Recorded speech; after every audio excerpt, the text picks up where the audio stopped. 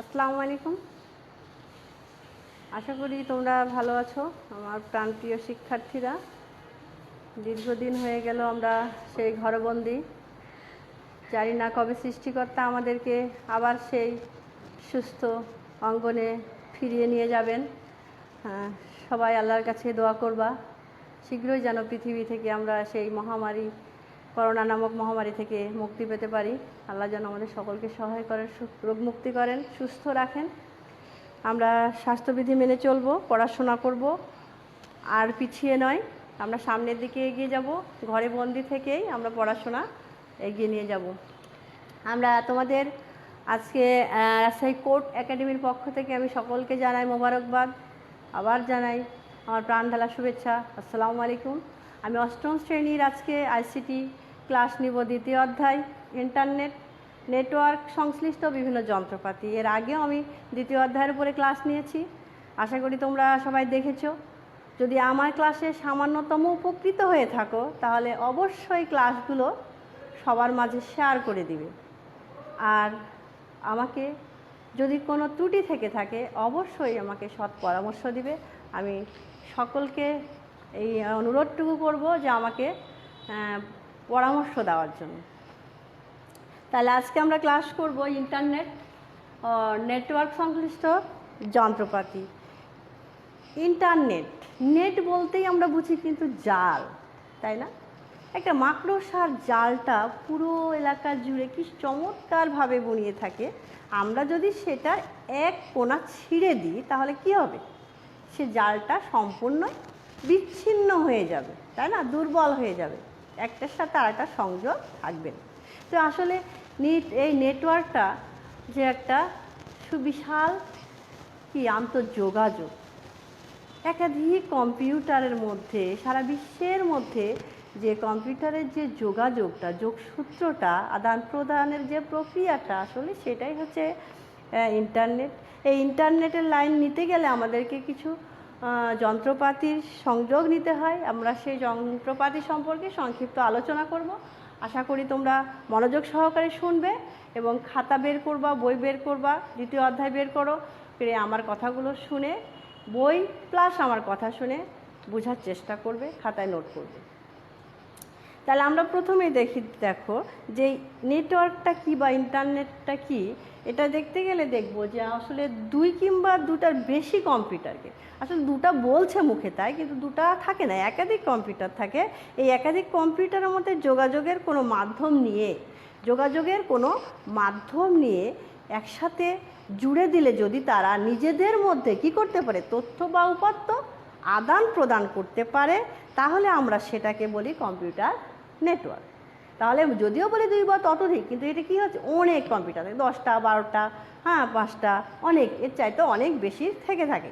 তাহলে যে সকল তাহলে এগুলো কি করছে, আমরা কম্পিউটারের সাথে জুড়ে দিয়ে, যে সকল ডিভাইসের মাধ্যমে বা যন্ত্রপাতির মাধ্যমে তার সংযোগটা নিয়ে আমরা নেটওয়ার্কের পদ্ধতিটা তৈরি করছি, যাদের মধ্যে যাতে কম্পিউটারগুলো একটার সাথে আরেকটা তথ্য আদান প্রদান করতে পারে, দেওয়া নেওয়া করতে পারে। আসলে সেটাই হচ্ছে কম্পিউটার নেটওয়ার্ক। তাহলে বুঝতেই পারছো সত্যিকার অর্থে কি 2-3টা কম্পিউটার থাকছে না, অনেক বেশি কম্পিউটার সেখানে থাকছে। তো আমরা সাধারণত আজকাল যদি কম্পিউটার একটা কিনে, তাহলে এই কম্পিউটারটাকে যতক্ষণ নেটওয়ার্কের সাথে যুক্ত না করি কেমন যেন মনে হয় যে অসমাপ্ত। কাজটা হয়তো আমার পরিপূর্ণতা আসলো না, বা কাজটা ঠিক মতো হলো না, বা উদ্দেশ্যটা সফল হচ্ছে না। আসলে তাই হয়ে গেছে, আমরা আইসিটি ডিভাইস ছাড়া এক মুহূর্ত কিন্তু চলতে পারছি না। যে কোনো ধরনের প্রযুক্তি বলো, আমাদের প্রত্যেকটা ধাপে ধাপে এই প্রযুক্তিগুলোর প্রয়োজন হচ্ছে। তাহলে আমরা দেখছি যে পৃথিবীব্যাপী এক কম্পিউটারের সাথে আর এক কম্পিউটারের যে যোগাযোগের ব্যবস্থাটা, সেটাকেই বলা হয় ইন্টারনেট। পৃথিবীব্যাপী, তাহলে আমরা কি বলছি, অনেক দেখলাম, তারপরে শেষে বলছি যে পৃথিবীব্যাপী যে সকল কম্পিউটারগুলো, এক বা একাধিক কম্পিউটারের মধ্যে কি যে যোগাযোগের ব্যবস্থাটা, কম্পিউটার যোগাযোগের ব্যবস্থাটা, যার মাধ্যমে একটা কম্পিউটার অন্য কম্পিউটারের সাথে তথ্য আদান প্রদান করতে পারে, সেটাকে বলা হয় ইন্টারনেট। তাহলে প্রশ্ন যদি বলে যে ইন্টারনেট কাকে বলে, নিঃসন্দেহে আমরা পারবো যে ইন্টারনেটটা কী বা দেখলাম। দেখো এখানে ছবিতেও দেখতে পারো যে এখানে তো 4টা কম্পিউটারের ছবি দেওয়া আছে। 4টা কম্পিউটারের মধ্যে এই দাগটা মানে কি একটার সাথে আরেকটার যোগাযোগ, একটা কম্পিউটারের তথ্য আরেকটা কম্পিউটারের মধ্যে প্রেরণ করা হয় বা আদান প্রদান করা হয়।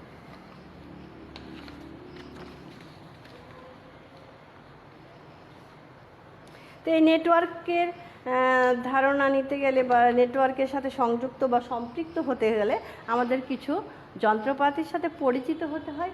সেই যন্ত্রপাতিগুলো হচ্ছে, তোমরা দেখো যে সেই যন্ত্রপাতিগুলো হচ্ছে সার্ভার,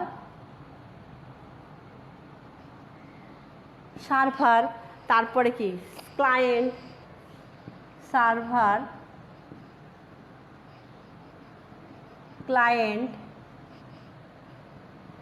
তারপরে আরও তোমার আছে রিসোর্স আছে, প্রোটোকল আছে,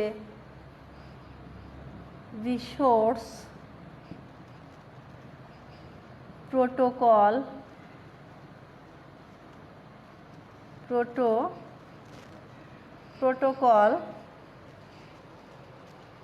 রাউটার, হাব,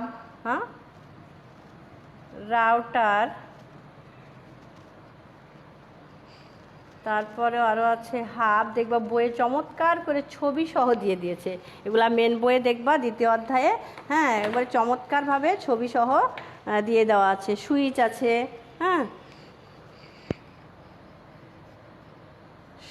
আছে, আরও আছে তোমার ল্যান্ড কার্ড, এপাশে লিখি ল্যান্ড কার্ড,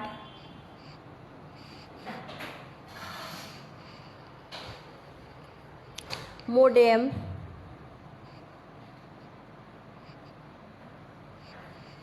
ইত্যাদি।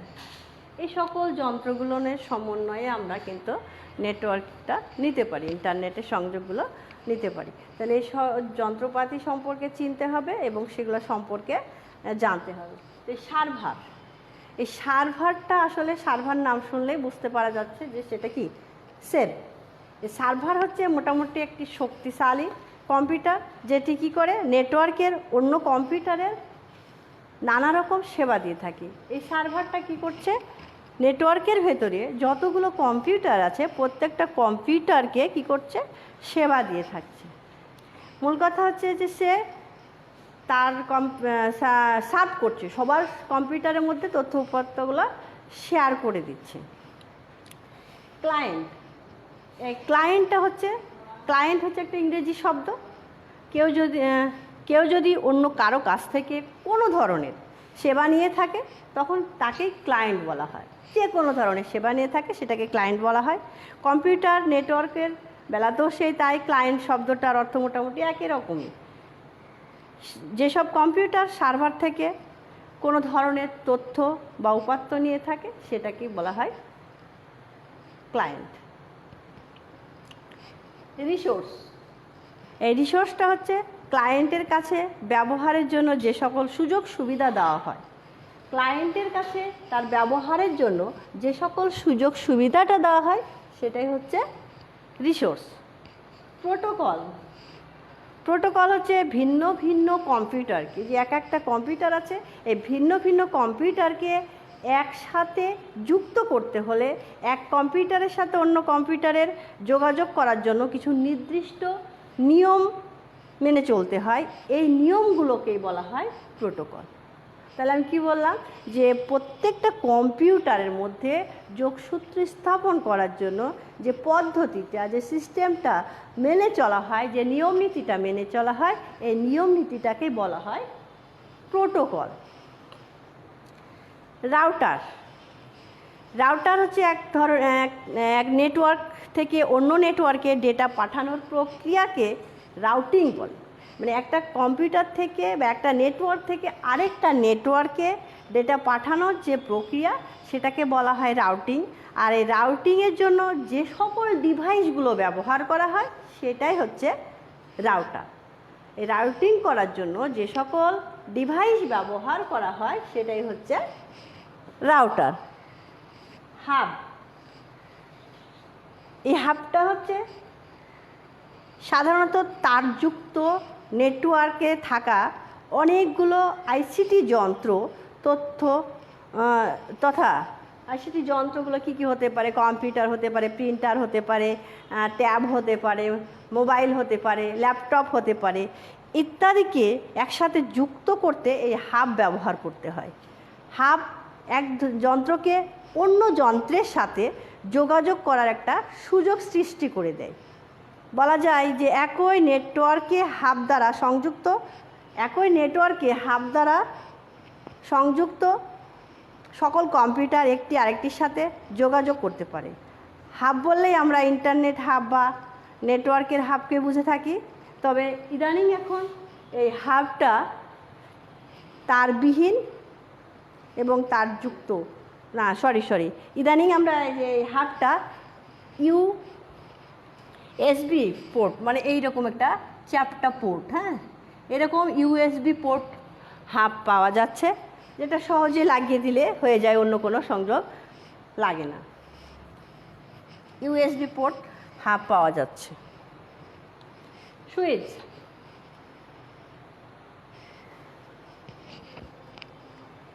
সুইচটা হচ্ছে তোমার হাবের মতো, এটাও একটা ক্ষুদ্র আইসিটি যন্ত্র, জাস্ট এইরকম একটা বোর্ড, এখানে অনেকগুলো পোর্ট থাকে, এই পোর্টে আমরা লাইন দিয়ে থাকি, এই ধরনের। এটা কম্পিউটার যন্ত্রগুলোকে বা আইসিটি যন্ত্রগুলোকে সংযোগ করে থাকে। আর যেটা রাউটার যেটা দেখলাম সেটা জাস্ট ওয়্যারলেসের মতোই, এটা হচ্ছে রাউটার। এটা আবার ইউএসবি পোর্ট সম্পর্কিত রাউটার পাওয়া যায়। আমি ভালো ছবি আঁকতে পারলাম না, এই প্রায় বইয়ে দেখবা যে এই ধরনেরই আছে। তো সুইচটা হচ্ছে এটিও একটা হাবের মতো ক্ষুদ্র একটা ইলেকট্রনিক ডিভাইস বা আইসিটি যন্ত্র। বর্তমানে যেগুলো নেটওয়ার্ক তৈরি করতে বেশিরভাগ সময় সুইচ ব্যবহার করা হয়। এই সুইচের সাথে সকল কম্পিউটারের বা হাবের সাথে সুইচের প্রধান পার্থক্য হচ্ছে যে সুইচ তারের সাথে যুক্ত প্রত্যেকটি আইসিটি যন্ত্রকে পৃথকভাবে শনাক্ত করতে পারে। হাব কিন্তু তা পারে না। ও কী করে? যে তথ্যটাও কম্পিউটার থেকে পাঠানো হলো সে তথ্যটা প্রত্যেকটা কম্পিউটারের মাধ্যমে কাছে পাঠিয়ে দেয়, প্লাস যে কম্পিউটার পাঠিয়েছে তাকেও দেয়। সে পড়তে পারে না, শনাক্ত করতে পারে না, বিধায় সবার কাছে তথ্যগুলো সরবরাহ করে থাকে। কিন্তু সুইচ কী করে?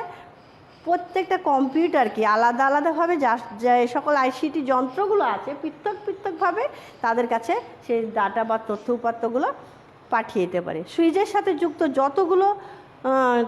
যতগুলো মানে আইসিটি যন্ত্র আছে, ডেটা বা উপাত্ত পাঠাতে চায় তাকেই কিন্তু সে পাঠাতে পারে। মানে যাকে উদ্দেশ্য করছে বা আমি এই কম্পিউটারকে বা এই আইসিটি যন্ত্রটাকে পাঠাবো, তাকে এই সুইচটা পাঠাতে পারে। ল্যান্ড কার্ডটা তোমার ঠিক ওইটার মতোই, তবে একটু চিকন। এটাও সেই ওয়্যারলেসের মতোই, ইউএসবি পোর্টও আছে। এই 2 বা ততোধিক সংখ্যক কম্পিউটারকে একসাথে যুক্ত করতে এই যন্ত্রটি এই যন্ত্রটি ব্যবহৃত হয়ে থাকে। এই যন্ত্রটাকে বলা হয় ল্যান্ড কার্ড। তারযুক্ত ল্যান্ড কার্ড এবং তারবিহীন ল্যান্ড কার্ড উভয়ই এখন বাজারে পাওয়া যায়। মোডেমটা তোমরা দেখেছো যে মোডেমটা আসলে তোমার পেন ড্রাইভের মতোই একটু মোটা। এই মোডেম হচ্ছে ইন্টারনেটের মাধ্যমে নেটওয়ার্কে যুক্ত থাকার অন্যতম গুরুত্বপূর্ণ ডিভাইস বা যন্ত্র হচ্ছে এই মোডেমের 2টা অংশ থাকে, একটা মডুলেশন আর একটা ডিমডুলেশন। ইন্টারনেটের মাধ্যমে ডেটা বা উপাত্ত পাঠানোর জন্য মোডেম ব্যবহৃত হয়। কোনো কম্পিউটার হতে প্রাপ্ত ডিজিটাল সিগন্যালকে অ্যানালগ সিগন্যালে পরিবর্তন করা, এই পদ্ধতিটাকে বলা হয় মডুলেশন। আর ডিজিটাল থেকে অ্যানালগে হচ্ছে মডুলেশন, আর অ্যানালগ থেকে ডিজিটালে ডিজিটালে রূপান্তরিত করার এই পদ্ধতিটাকে বলা হয় ডিমডুলেশন। এই 2টা পদ্ধতিতে মূলত মোডেম কাজ করে থাকে। তো মোটামুটি আমরা আইসিটির যে নেটওয়ার্ক নিতে গেলে, ইন্টারনেট নিতে গেলে যে সকল যন্ত্রপাতিগুলোর প্রয়োজন হয় আমি সংক্ষিপ্ত আলোচনা করলাম আর ছবি এঁকেও দেখানোর চেষ্টা করেছি। এটা হচ্ছে ল্যান্ড কার্ড, ভালো হয়নি, ল্যান্ড কার্ড। আর এটা হচ্ছে চিনতেই পারছো মোডেম, হ্যাঁ এটা সুইচ, আর এটা হচ্ছে রাউটার।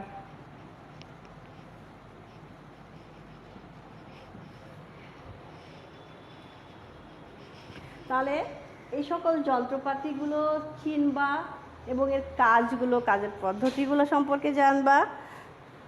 আর এর মধ্যে ভেতর থেকে যদি প্রশ্ন থেকে থাকে যে সার্ভার কাকে বলে, ক্লায়েন্ট কাকে বলে, হ্যাঁ রিসোর্স কাকে বলে, মিডিয়া কাকে বলে, এগুলা বইটা পড়বা। আমি যেটা বললাম সেটা মনোযোগ সহকারে শুনবা। নেটওয়ার্ক কাকে বলে, এ ধরনের বিভিন্ন প্রশ্ন থাকতে পারে। রাউটার কাকে বলে, রাউটার হাবের মধ্যে পার্থক্য বা রাউটার সুইচের মধ্যে পার্থক্য, মোডেম কি, ল্যান্ড কার্ড কি, হ্যাঁ এ ধরনের প্রশ্নগুলো থাকতে পারে। বা এরকম যদি আরও একটা প্রশ্ন দেয়, আমি এগুলো মিশিয়ে ফেলি, তোমরা খাতায় লিখে নাও। যে কোনো ক্লাস করবা তখন অবশ্যই খাতা কলম বের করবা, নোট করে রাখবা। হার্ড কপি এবং সফট কপি দুটোই যদি থাকে তাহলে সেই জিনিসটা স্থায়ী হয়, ভুলে যাবা না। তুমি মনে করছো আমার বইয়েই তো আছে, কি দরকার এগুলো লিখার বা শোনার? হ্যাঁ বইয়ে যতই থাকে তাহলে কি হবে, গ্রন্থগত বিদ্যার পরহস্ত ধন, নহে বিদ্যা নহে ধন হলে প্রয়োজন। তোমার কোনো কাজেই আসবে না যখন প্রয়োজনে লাগবে। তুমি ক্লাস করবা, শুনবা, টিচারের লেকচার শুনবা, খাতায় নোট করবা, বই পড়বা, তাহলে সেটা একেবারে স্থায়ীভাবে তোমার মেমোরিতে থেকে যাবে। আর যে কোনো সমস্যার জন্য টিচারদের সাথে যোগাযোগ করবা। আচ্ছা যদি আমি প্রশ্ন একটা বলে দিই যে তোমাদের স্কুলের জন্য কি কি রিসোর্স প্রয়োজন, তার একটা তালিকা তৈরি করো।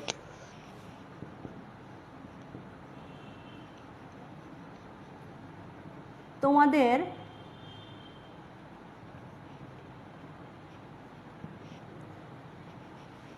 জন্য কি কি রিসোর্স প্রয়োজন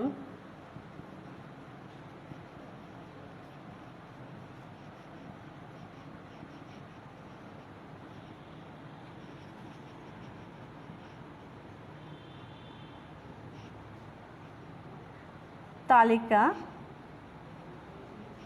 তৈরি করো।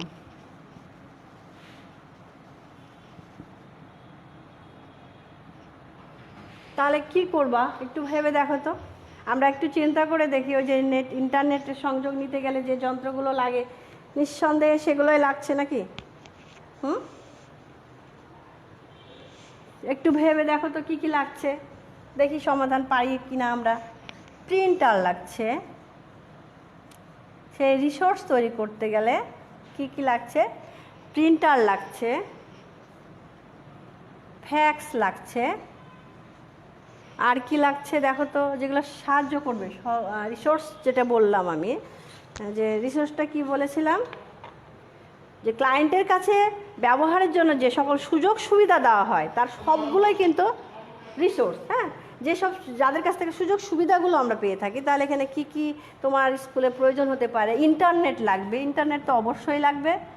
হ্যাঁ ইন্টারনেট, আর কি লাগতে পারে? মোডেম লাগবে, মাল্টিমিডিয়া প্রজেক্টর লাগবে,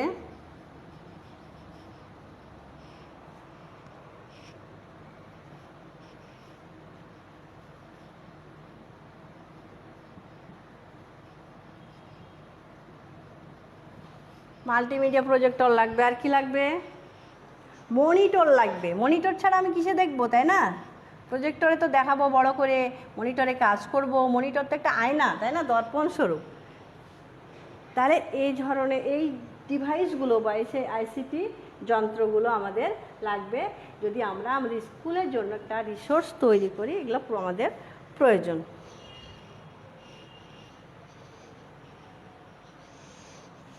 মিশিয়ে দিলাম, খাতায় লিখে নিব, অবশ্যই লিখে নিবা।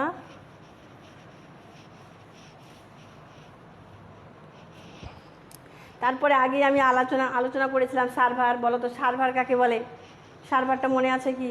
সার্ভারটা আবার বলছি যে সার্ভার হচ্ছে মোটামুটি একটি শক্তিশালী কম্পিউটার যেটি নেটওয়ার্কের অন্য কম্পিউটারকে নানা রকম সেবা দিয়ে থাকে, সেটাই মূলত সার্ভার সার্ভ করে থাকে। আর ক্লায়েন্টটা কি বলেছিলাম? ক্লায়েন্ট যদি কেউ যদি অন্য কারো কাছ থেকে কোনো ধরনের সেবা নিয়ে থাকে, সেই সেবাটাকে বা সেটাকেই বলা হয় ক্লায়েন্ট। ক্লায়েন্টের কাছে ব্যবহারের জন্য যে সকল সুযোগ সুবিধা দেওয়া হয় তার সবগুলোই হচ্ছে রিসোর্স। মানে একটার সাথে আর একটার কী আছে? সম্পর্ক আছে। তাহলে রিসোর্সটা কী করছে? দেখো, সার্ভারের সাথে সার্ভার কী করছে? সকলকে সেবা দিচ্ছে। যারা সেবা নিচ্ছে তারা হচ্ছে ক্লায়েন্ট। আবার ক্লায়েন্ট আবার কী করছে? যে সকল সুযোগ সুবিধাগুলো দিচ্ছে সেগুলো হচ্ছে রিসোর্স। হ্যাঁ, তারপরে ইউজার কোনটা? যারা ব্যবহার করছে, যে ব্যবহার করছে সেই হচ্ছে ইউজার, ব্যবহারকারী। তাহলে আমরা যেগুলো আলোচনা করলাম আশা করি সবগুলো তোমরা বুঝতে পেরেছো। চেষ্টা করবা। তারপরও আমি আমার লেকচার সিট স্কুলে রেখে দিয়ে যাব। স্টুডেন্টরা অবশ্যই স্কুলে এসে সেগুলা নিয়ে যাবা। আমার ক্লাসে যদি সামান্যতম উপকৃত হয়ে থাকো তাহলে কি করবা? সেগুলা শেয়ার করে দিবা। বাড়ির কাজ একটা লিখে নাও, সবাই লিখে নিবা এবং বাড়ির কাজগুলো অবশ্যই তৈরি করবা। লিখে রেখে দিলে হবে না।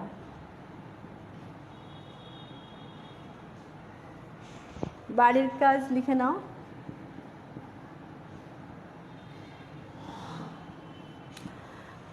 ইন্টারনেট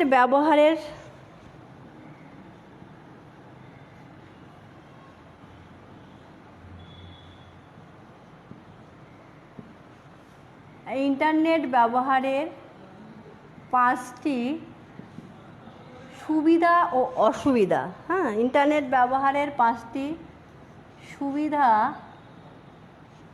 এবং অসুবিধা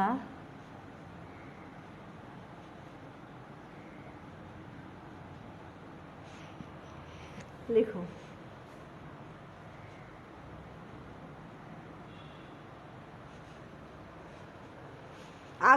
আগুন কি করে? পুড়িয়ে দেয়। হ্যাঁ, আগুনে আমরা জেনে শুনে কি হাত দিই? কখনো দিই না, দিব না। তো আসলে ইন্টারনেটটা ব্যবহার করব শুধুমাত্র সেই উদ্দেশ্যে, মঙ্গলের উদ্দেশ্যে, ভালোর উদ্দেশ্যে, উপকারের উদ্দেশ্যে। তো প্রত্যেকটা জিনিসের যেমন ভালো দিক আছে, ঠিক কি আছে? মন্দ দিকও আছে। তাই আমি তোমাদেরকে ইন্টারনেট ব্যবহার আমরা প্রত্যেকেই করে থাকি। পাঁচটি সুবিধা এবং পাঁচটি অসুবিধা খাতায় লিখবা খুঁজে বের করে। তো তাহলে আমি আজকের মতো এখানে ক্লাস শেষ করছি। আগামীতে আবার দেখা হবে। সবাইকে ধন্যবাদ। আসসালামু আলাইকুম।